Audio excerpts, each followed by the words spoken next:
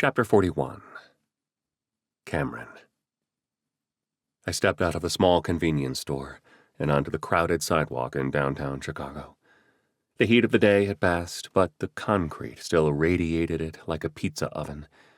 I powered on the cell phone I just bought in the bodega and typed in Addison's number. "Hello?" she said. "Babe, it's me. Cameron, where are you?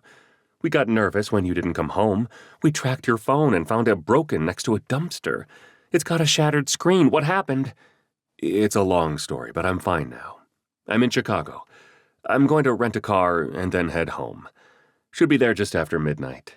Someone kidnapped me." "Kidnapped you?" She spoke the words in a gasp. "Yes, but I'm fine. Really. Life is getting complicated. We need to talk about what we're going to do." I could sense her thoughts during the pause that followed. She lost me once, then I came back. Then she learned I'd be dying early, only to lose me to a kidnapping immediately after. "Just get home, but be careful. There's a lot more cars driving down our street now. I'm worried someone's going to get aggressive." Someone kidnapped me at gunpoint after my shift, and she's worried someone might get aggressive? The world was a strange place. It was both ready and not ready for direct evidence of God. I never thought I'd think this, but I'm tiring of it down here. Addison greeted me in the kitchen when I returned home. It was one of the best hugs of my life. We hadn't addressed the recent change in our lives, but we both knew the other had noticed that we'd entered a season of uncertainty. Gone were the carefree nights spent binge-watching the newest streaming content. I found her with a Bible in her hand more than I used to, and it always made me feel guilty that I wasn't doing the same.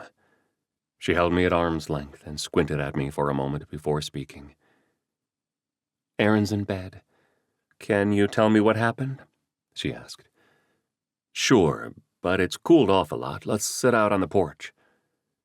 I led her onto our screened-in porch and sat down on a swing I'd built a few years ago. She curled up next to me and placed her hand on my heart. I shared the events of the day, starting with the cleft palate child, then the car accident, my legal threat, and finally the kidnapping and transformation of Ernesto. "I don't even know what to say in response to that," she said. "I've never had a day that came close to the excitement that you experienced today." She pushed her foot against the floor and then tucked it under her. The force made our swing rock gently on the chains, suspending it off the ground. I had to bring up the changes. They were impossible to ignore and worsening by the day. The world isn't handling this gift well. Can you blame them? Billions of people suffer daily in their own ways, and now they have someone who can make their lives easier. It's only human to pursue that solution. But they've always had something. Prayer works. God listens. Sure, he listens, but his replies usually aren't as striking as the things you can do. People want to believe in God, but they can't see him. You're the surrogate. They can see you, touch you, watch you. In fact, did you know someone released an app that people can use to update your location?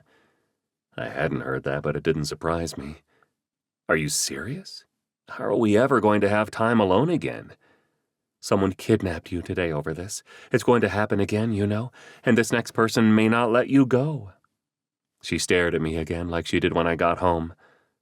"I figured it out," she said. "You look older." "What? Why would I look older?" "I don't know, but you do. There's more gray in your hair, your eyelids sag a bit more, and I see more wrinkles in your face." I had a stressful day. "Yeah, and that turns existing hair gray? Did God ever explain how the gift affects you? Is it possible the loss of life expectancy doesn't mean you'll be young when you die, but that you'll advance in age quicker?" I hadn't considered that. As she said, I assumed it meant I would simply get to use the gift a certain number of times and then die. I guess it's possible. Do I really look older than yesterday? Considerably, by a few years. Did you use the gift today? I hadn't told her about going back into the oncology infusion center. I suppose I should. I left out one part of a story from earlier today. Addison sighed. Let's hear it. What did you do? You would have done the same thing. When I healed Ernesto's niece, everyone else started looking at me and pleading for me to do the same for their child. I had already left the building, but I couldn't drive away without treating the other kids. It didn't seem right. We both absorbed the recent information shared by the other and swung silently back and forth. Neither of us wanted to say the obvious. It couldn't go on like this forever. Can I say something without you getting mad? I asked. Of course you can. But you could also say something that turns me into a Tasmanian devil of rage. She smiled as she said the words, and I knew she was being sweet and playful, as well as honest. Fair enough. We've always valued honesty and openness in our relationship, so we need to talk about the future. She nodded but didn't speak. She knew this was coming. I can't keep living like this. The gift has destroyed my hospital. We can't sort through the chronic patients to get to the acutely ill that truly need to be there. My partners are frustrated with me. The rest of the medical staff seems to despise me, and now I'm getting kidnapped. It's only a matter of time before someone more aggressive takes me away. I'm afraid the world's just not ready for a miracle worker. She pondered my statement for a bit before responding. I disagree. Just with the last part. I think the world is absolutely ready for a miracle worker. Everyone seems so angry all the time. There's very little appreciation or humility left in society. People want to believe there's more to life, but in the absence of proof, they race to the bottom rung of the moral ladder. This world needs miracles. She nuzzled against my neck. It needs you. Aaron and I need you. I know.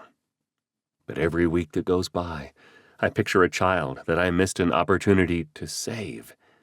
I can't call it survivor's guilt because I literally died, but that's what it feels like. For me to be with you longer means others have to suffer the rest of their lives. You're right. And that makes me feel selfish and evil for wanting to be with my husband. So what do we do? I've been thinking about this. I think we need to plan a dramatic exit. Go out with a bang, so to speak. That's always been your style, hasn't it? I nodded, rubbing my scalp against hers. I'm an ER doctor. It's our motto. Why do something when you can overdo it? She pushed our swing to renew its arc. So, how much longer do we have with you? I don't know. I hadn't thought that far. A few months? Maybe a few weeks?